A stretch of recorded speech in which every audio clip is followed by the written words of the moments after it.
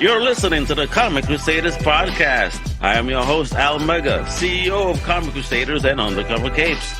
In this show, I'm sitting down with creators from all walks of life to talk about inspiration, process, the lessons they've learned, and a whole lot more.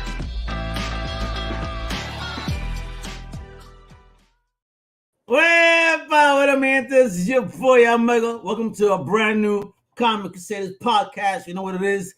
Today, we got an amazing independent comic book creator. He is a writer. He is a publisher. Bedbox Comics. Wepa! He got a dope campaign on Indigo called Artificial. I could say it in Spanish too, because it's kind of full of saying, hey, Artificial number one. And introduce my man from across the pond, baby. The one, the only, the mighty, talented Chris O'Hara. Wepa, how you doing, homie? That was the best intro I've gotten yet. I didn't even know how to respond. That was great. I'm doing great. Awesome to be here. Thanks for having me. Now, thanks for coming on, brother, to talk about your book, your press. You know what I mean? How you got into this wonderful business, you know, to share the love of creativity. So, Chris, you know, let's get started, my homie. Yeah. Let us know where you were originally from and the first thing in fandom that you ever fell in love with. So I'm from Pennsylvania in the U.S., kind of like Western Pennsylvania on the border of Ohio. That's where the majority of my family is. I moved to Florida when I was super, super young. And so I live kind of Southwest Florida right now. Originally, I'm Irish. So like the majority of my family's from Ireland, which is pretty cool. But so that, you know, I'm just a Florida man. As you know, I try not to you wrestle gators. You're trying to tell me about. I could. I have a feeling I could. I've never tried it, but I think I could because it's in the blood, right? You move here and you can just wrestle gators.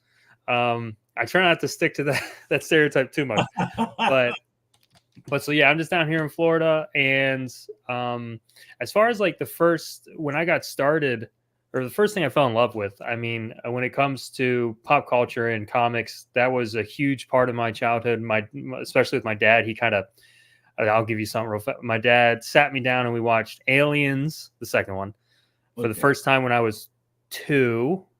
So not the best time. That was the formative years of learning how to talk. So I picked up some real colorful words. And then like Terminator and Batman Returns. I went and saw that in theaters. So that was just my childhood. It was everything pop culture. When it comes to comics, it was probably Spider-Man. My dad worked at Marvel it's a little cliche. I almost wish it wasn't Spider-Man because it's a little cliche for that young boy loves Spider-Man, but it is just so relatable and it's just accessible. And yeah, man, you know, they just nailed down the head. The big two, as much as people want to talk shit about them at this point in time, they are still the biggest entry point for comic book folk. I mean, listen, indie are unknown IPs. Let's be honest. You know, people's entryway is into known IPs, and then you know, if a shop is smart enough, you know, and that's where they gotta get strategic, is, you know, place those indie books side by side to a big 2 book, and let people see, oh shit, this is not Marvel or DC. What's this?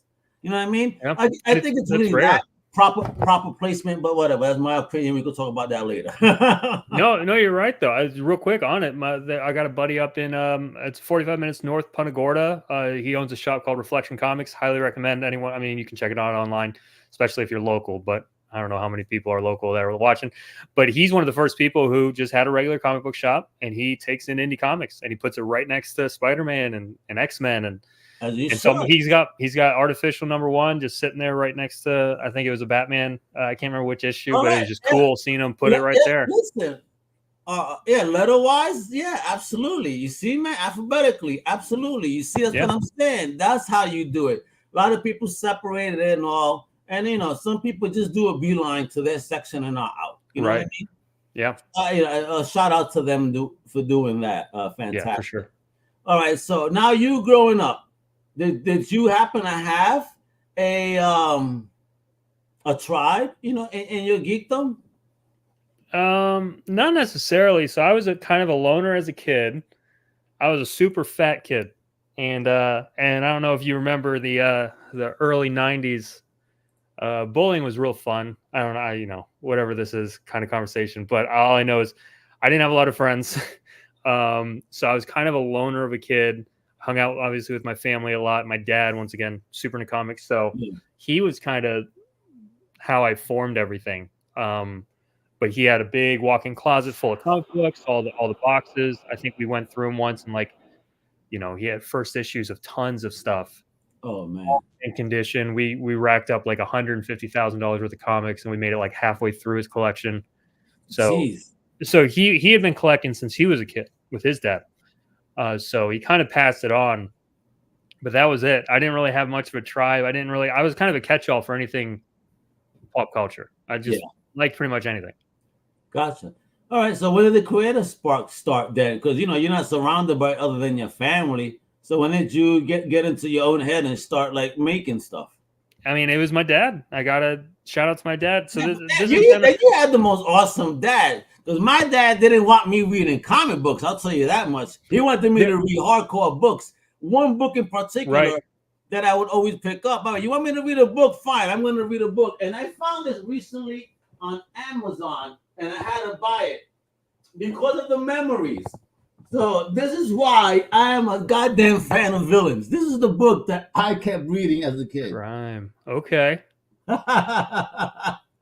So imagine this hardcover book all about the history of crime, mafia, killers.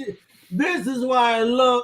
Look at the back of it. It's a fingerprint. They're trying to say this is the most common fingerprint for a criminal. They even try to tell you in this book that a criminal has a certain style of an earlobe.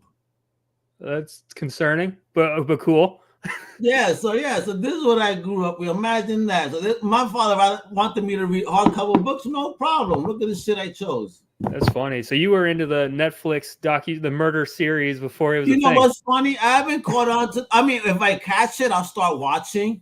But I don't look for them like that. But it was always this. And when I saw this shit, I That's pretty funny. No, well, he was awesome for the first 7 years of my life, and then, as a lot of these stories turn out, he bailed, so he left. So it is what it is. I'm not too bent out of shape about it. I kind of forgave him and all that good jazz. I haven't talked to him in forever, probably 20 years at this point. But anyway, so that was the interesting part, is I was just thrown into pop culture. That was my whole childhood. He leaves when I'm like 7 or 8, I think it was. I just stopped doing anything comics. I stopped collecting comics, stopped reading them. I would still watch movies and play video games, and listen to specific music, and I was still into pop culture in that way. But comics dropped off, and once again, like I said, he worked at Marvel. He was an inker, so we were kind of integrated into comics when I was young, and I think that was the one thing where I'm like, well, this isn't really part of my life anymore, so I kind of dropped it, which was interesting. But I'd always been creative though, so I would draw like him. I used to draw caricatures when I was little. Like I was 7 years old drawing caricatures of different actors I would see in a movie. Like Sandra Bullock in Demolition Man. I don't know if you've ever seen that movie. Of course, who hasn't? I'm an old school dude, man. Perfect. There was a certain time in my life it was all about the movie theaters. Yeah. So that's what I would be sitting there watching that and just drawing, Sylvester, all the characters, and it was just fun. But I've always, like I said, been creative. I always used to like to write. So that's kind of just been part of me, and I have to give it to my dad, because I think it just came from him. But it definitely didn't continue through him. I kind of dropped it off, but I picked it back up about a year and a half ago, which is why I'm here now. A year and a half? Yeah, I dropped it for a while. I don't know. What happened? I mean, I just dropped it. I don't know. What was it? Did you read a bad comic book and you said, "Oh my God, no"? No. It was literally just my dad left and I stopped caring about comic books. That was he was my connection, you know what I mean? And then it was just my mom, and I kind of had to grow up really quick. So, you know what I mean? Because my mom was struggling with certain things, and so I had to kind of help raise the family. I had 2 younger sisters. Anyway, it was that fun story. So I didn't really have a lot of time for all the little things that kids did a ton. We just didn't do it as much. You have to be an adult right quick. Understood. Yeah. And salute to you, man. And but look at you now. You had this time period where you were away. Now, a year and a half ago, you said, okay, you got back into the swing of things. What happened a year and a half ago? Well, like I said, I've always been creative, and I've always been kind of like an entrepreneurial type person. So like I've been trying to find different things that I want, different lanes that I want to like build a business or do something creative. I actually went to school to do indie game design. So I made like little mobile games and games on the Xbox and stuff like that. But that didn't really go anywhere. It's the point of entry for indie games is very high unless you know how to do everything. So if you need to have like a programmer and a sound designer and a, you know, everything you need, it's a difficult thing to get a game created. So you know, props to all the people who do make it happen. But that said, all of my game ideas were always very narrative driven. So they had like a story and they had like a very important point I was trying to, you know, make by the end and things like that. And my buddy, John Schell, who's actually currently like the co-founder of Bentbox Comics, but this is before he became the co-founder, he started making comics. He got into it. He made something called The Last Wand. It's a really cool fantasy comic. He's currently working on The Last Wand 2 now, but he kind of showed me that this is a really cool way to get in, to kind of, you know, the barrier to entry is lower. It's not zero, but it's lower than a lot of other places where you want to kind of tell a story and a narrative. And so it gave me the idea. It was like, I have a notepad full of game ideas that could, quote unquote, easily be turned into a comic book. And so I basically just went through them, found one I was really interested in, and through his guidance, thankfully, you know, that's one of the things I'll give him is that there's another Chris. One of the things I'll give him is that he kind of shepherded me through my first comic, helped me not to fall into some of the pitfalls he fell into, so it was a little more smooth going. But that's when it kind of came back up, was about a year and a half ago. I saw my buddy do it. I said, I'm still needing some kind of outlet. You know what I mean? I needed an outlet to get out creative stuff. I can't just sit at a desk and code because that's kind of what I do right now. So anyway, so that's where it all came out. It was about a year and a half. Thank you for choosing creativity over anything else. And whatever pays the bills has kind of been the thing. You know, if it pays the bills, I'll put some numbers on an Excel sheet and we'll be fine for now. Yeah. But it is soul sucking for people that are like creative, and I was like, this is. You don't want you to have a falling down moment like Michael Douglas did. You know what I mean? Come on. Yeah. I don't want that either. Oh man! So getting into now the creative side of it, because you were a fan, you know, growing up, reading all these books and whatnot. Was it an easy adjustment to learn how to create now, as opposed to being a reader and a fan? Yeah. So I mean, this was the first time creating a comic book, and it was really interesting because I've written screenplays before. My wife is a writer, and she and a teacher, and so she kind of helped me write screenplays and stuff, like little TV show pitch ideas and stuff like that have always been interesting, kind of fun. So I ended up I didn't study comic book writing or like the do's and don'ts. I just kind of went with it and tried to figure it out. I'm much better off the cuff than I am prepared. Hence, for this interview, I just show up and I just talk. Yeah, that's how I do my joints too, brother. Hey, this is no preparation. Listen, I want to talk to you. This is a chat of two individuals at the booth talking comics. That's how I exactly. And then it becomes more fluid and organic, and it's just better. Yeah, so, and we can rip our time, and after this, we'll have a beer, and it'll be all good. There you go. Or burger, like you said. I'm sorry. Let's go, bro. Earlier. So anyway, I started writing comics like that, almost like a screenplay. So a lot of people would probably hate it, or at least professional comic book writers would probably hate seeing my scripts, because a lot of it is like camera angle descriptions. So I'm writing the comic book as if it was like a TV show. That's how I'm writing my comic books, because everything's visual, and I want the perspective to be accurate to the story I'm telling and basically the scene. So a lot of the writing is basically like point of view behind, over right shoulder of main character, looking at this character, pointing this way. And so I basically just set a scene without like doing a ton of descriptives. And then I have an amazing artist named Gabriel Fonseca from Brazil. He has a name. Why is that name familiar? He's done some other stuff, right? This is his first comic. Really? So, but I will say the last name. Then it might be Fonseca is a fairly popular last name. I've actually brought it up to him a couple times. Like, do you know this guy and this guy and this guy and this guy? Okay. It's fairly popular. But this is his first comic, Artificial. He is extremely talented though, and so he was kind of a diamond in the rough. I will say he's popped off.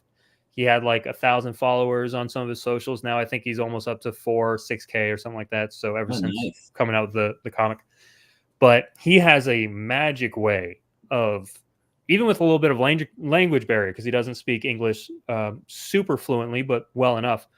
But he has a magical way of taking my bite-sized nugget of like this panel idea and that's why I told him, I said, you're a professional. You're the guy who has an eye and you're an artist and you have full creative liberty with my comic. And that's what I've told him. So there's been many of times where he's come out with a page and he goes, I added a panel here. I changed this panel a little bit. What do you think? Do you think it's better or not? And I have no pride. So I tell him whatever is the best for the comic ends up in the comic. So whether it's from me or from him, sometimes we veto each other, but whatever is best will end up in the comic.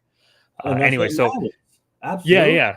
So as far as like getting used to writing it, I find it very simple to write it when I'm writing it in this style. So I'm just going to continue to do so.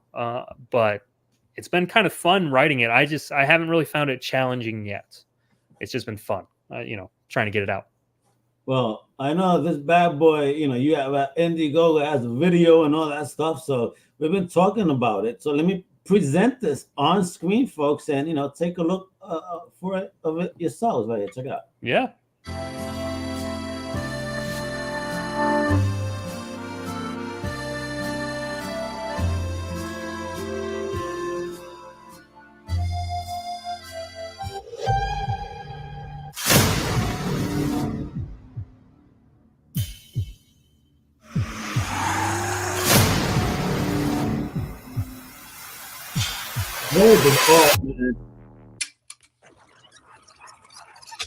Hey everyone, welcome to the Indiegogo for Artificial. You don't need to show this.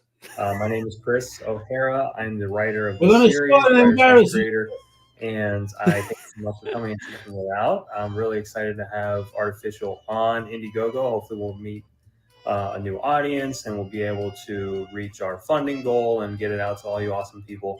The series follows Vincent van Gogh. I'll just give you a quick little intro, along with two other protagonists who you'll end up meeting later. But it's kind of like a mix of The Evil Dead with like iRobot, and it's just a lot of inspiration from those things helped create this. And I think it's funny and it's timely. It deals with AI and how AI is kind of taking over and the dangers of what that will end up leading to, and how in the future, apparently, the only one who can save us is Vincent van Gogh.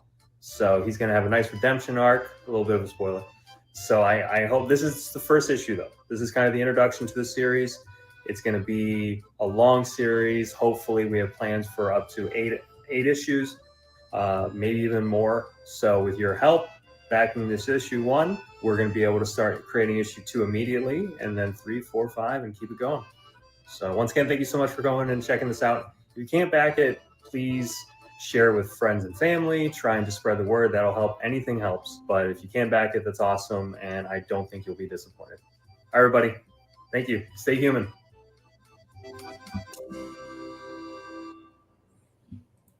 And there we go, folks. You better stay human. Don't turn into lizard people now. or whatever is going on. So again, check it out, folks. I mean, right now, a salute to those 26 backers that have it at $6.29. Awesome. So, talk about this, man. Oh, man, look at that cover. Talk about this book. I mean, talk everything, but what is going on here? And wow, I mean, look at this cover and coloring. What is it with Chris's in France? I spoke to another Chris the other day, and he's all about France, too. What is this? What is going on here? I don't know. This is not my fault. We talked about starting a support group like you mentioned, just 2 of us, but it does seem to be a thing. So Yeah, no, the color, because you're on it, the coloring for this comic is fantastic. So originally, this is quick for Artificial One. The entirety of the interior was drawn, colored, and lettered by Gabriel Fonseca, just one dude, the guy down in Brazil. He's incredible. For issues 2 and following, we found just a designated colorist, just to kind of take a little bit of slack off Gabriel, because there's a lot to do a full comic all on your own. So the new colorist, his name is Sergio Martinez. He's from Mexico, and he did the coloring on this special edition cover. So this is kind of a taste of what you're going to get from the series moving forward. But ooh, look how artsy fartsy this looks! Holy shit! Especially, I love it. Yeah, this is our propaganda edition. So the propaganda edition is the standard edition. However, it's more of a Sin City vibe if you're familiar with that. Black and white with splashes of color. Honestly, it's funny, those don't sell, but if people get the collector's edition, they'll it comes with the propaganda edition. So far, every person has said it's their favorite version, which is just funny because I don't think people understand exactly how well it came out. It's my favorite version too, but yeah. The characters here. Oh man, and look at it. So since you're saying that you were very visual in your script writing, would you say that was the same when it came to the characters and how they looked, and how was that creative process with your artists to bring them to life? That's another one where me and him spent spent countless hours going over every single detail of this comic book, which has been just a joy, honestly. Each and every time we meet, it's just been fun diving in and making sure every little thing is perfect. But I kind of, once again, Gabriel, as you can tell, has a very specific style. So it's not your Western comic style, which is what drew me to him, because I was writing this comic book about traditional painters and artists being pulled from the past to fight against AI.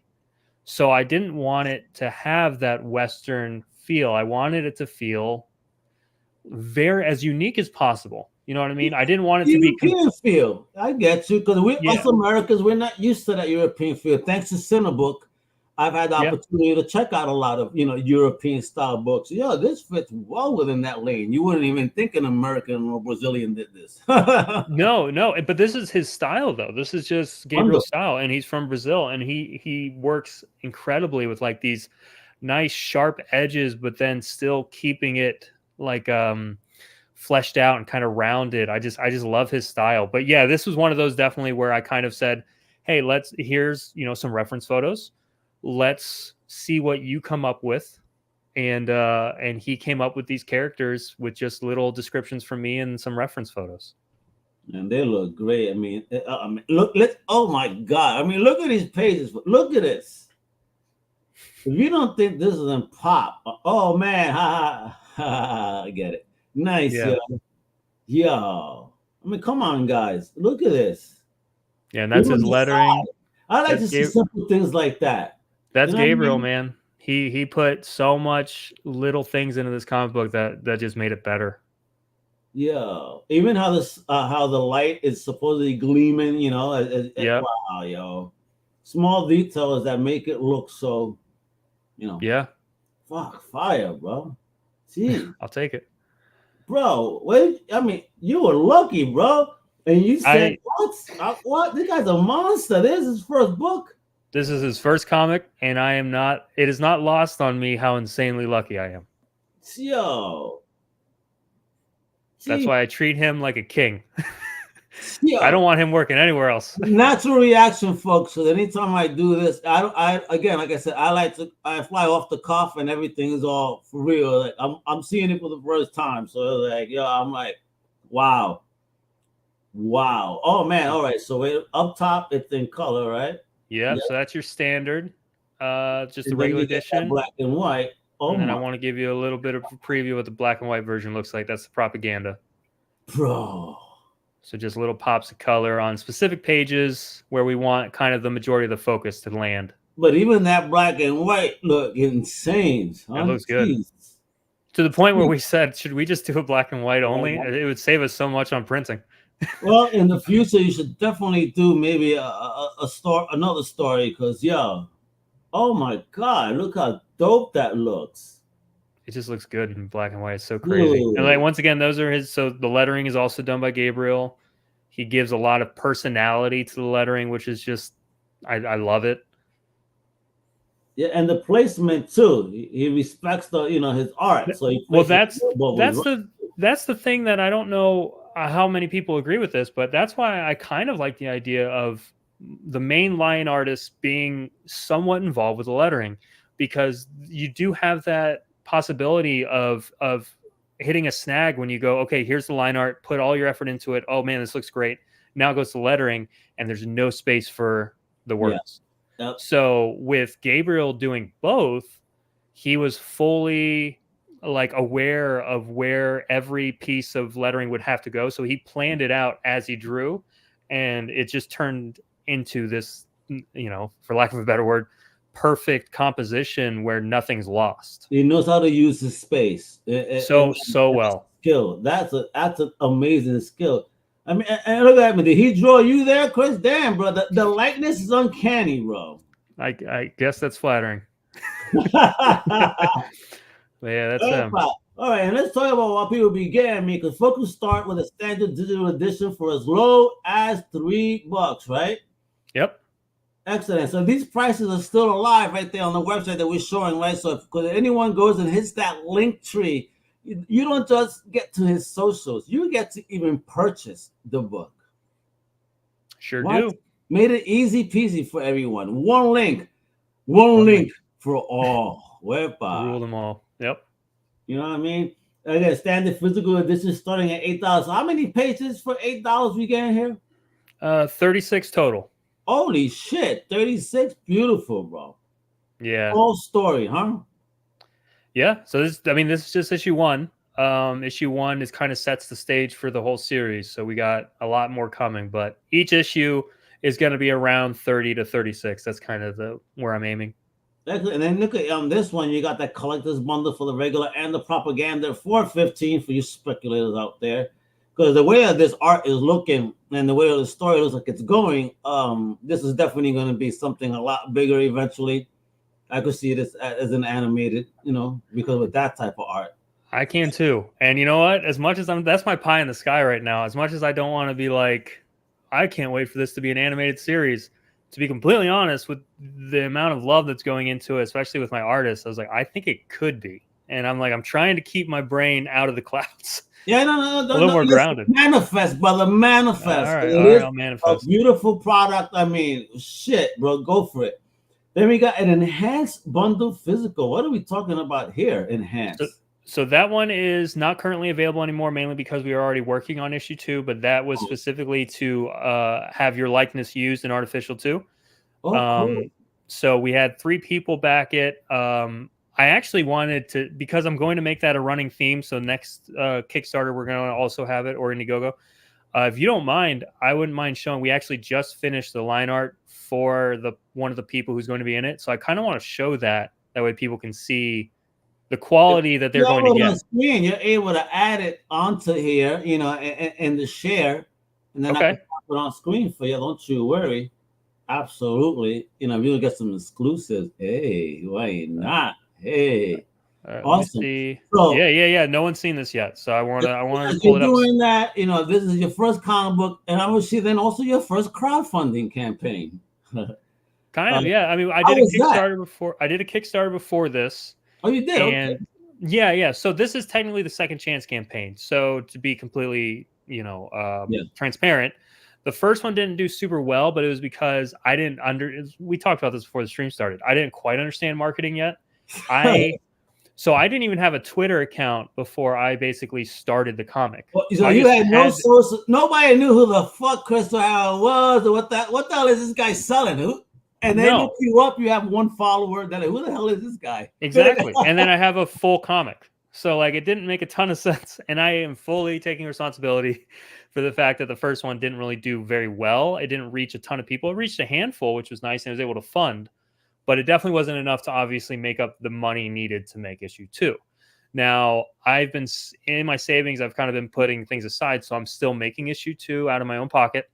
It's going to be the same case to where issue 2 is going to be done, created, ready to print before Kickstarter, before the campaign kicks off for the next one. But yeah, I mean, it's stressful doing these Kickstarters and Indiegogos, but it's fun. It is definitely a learning curve. But I think I'm starting to get the hang of it. So hopefully the next campaign does better. So this is a exclusive. Let me know if this will pop up. But if you back, so issue 2, we'll do a campaign for that, which will be coming up soon in January. I'm going to run a similar thing, an enhanced edition, if you want to be seen in issue 3. So this is the kind of quality you're going to be getting. Let me know when you see it.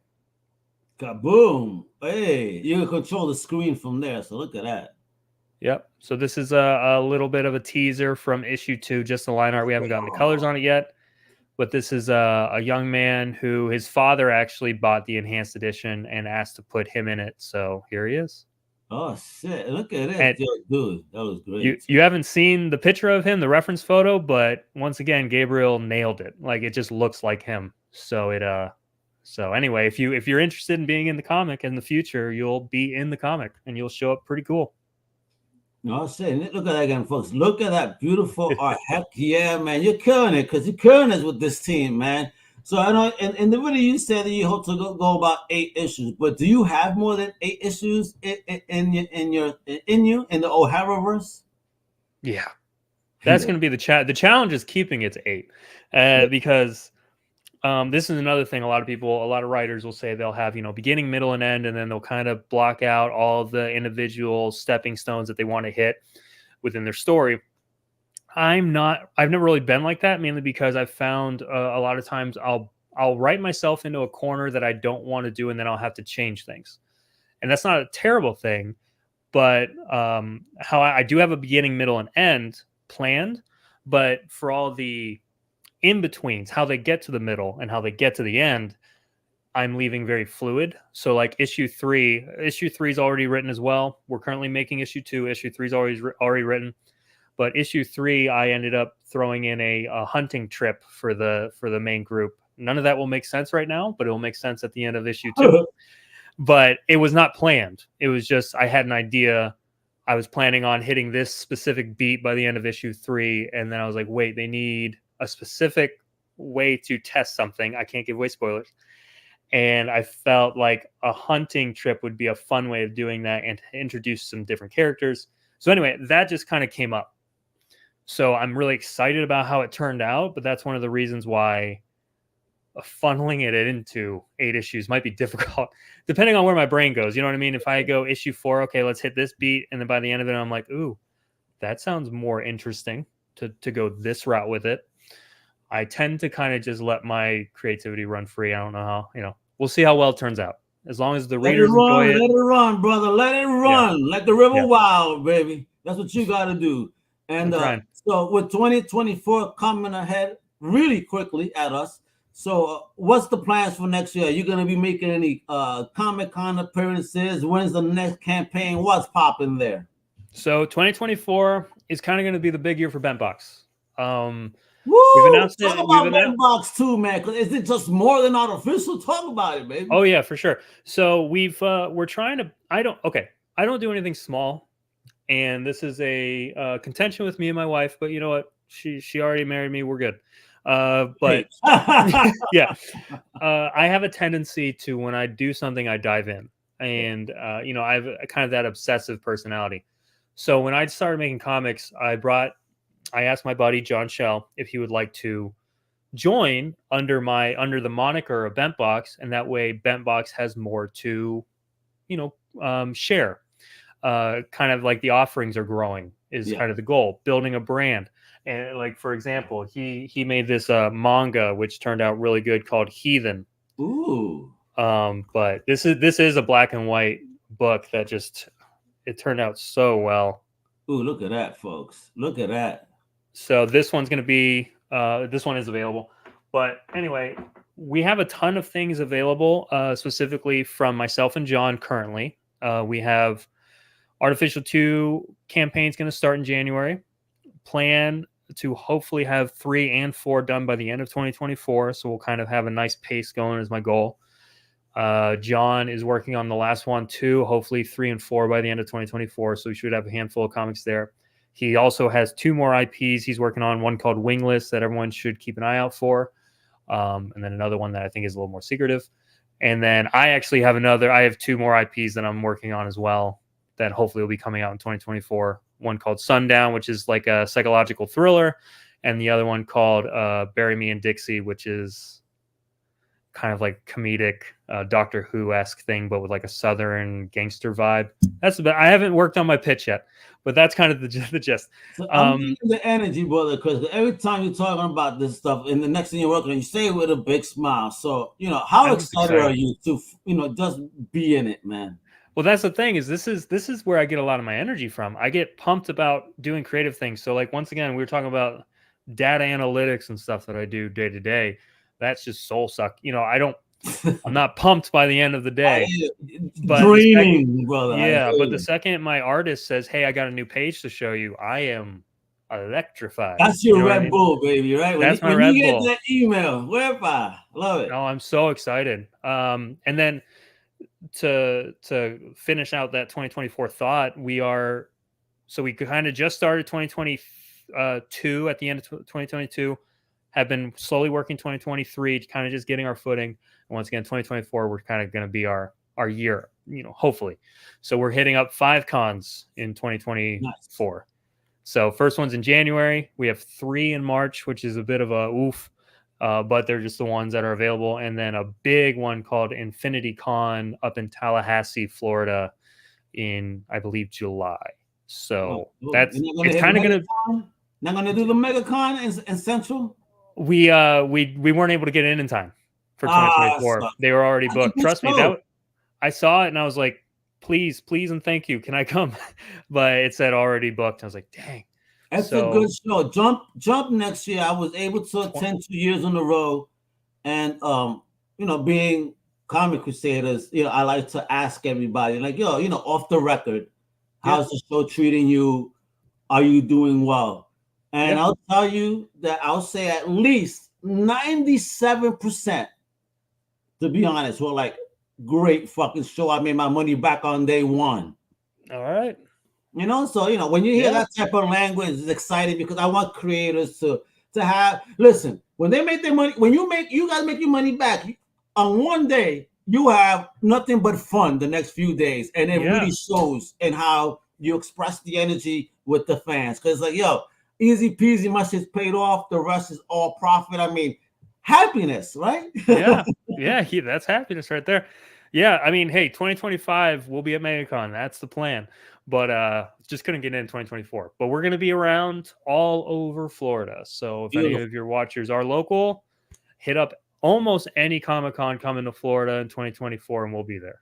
And not just Comic-Cons, but of course, if they want to stay tuned and up to date, they got to follow you on the podcast circuit as you're talking about not just, your amazing project in Artificial, but the whole family in the Bedbox Comics universe. So I really can't wait to see, what you got coming. I can't wait to see you boothing, because I want to be traveling eventually to some of these cons, and hopefully there'll be one that you're at. We'll hang out, have a beer, do some live web pops, come to the booth and sell some books. All right, bro? Okay, yeah. That's what we're going to do. So, mi gente, you know what it is? All the links are, his link, not all the links, but all the links are in that one link. The one link ruled them all, as he says. Whereby, right there at the link tree, Bent Box Comics. All right, link is below. Then follow everything, and not just that. It is the holidays, right?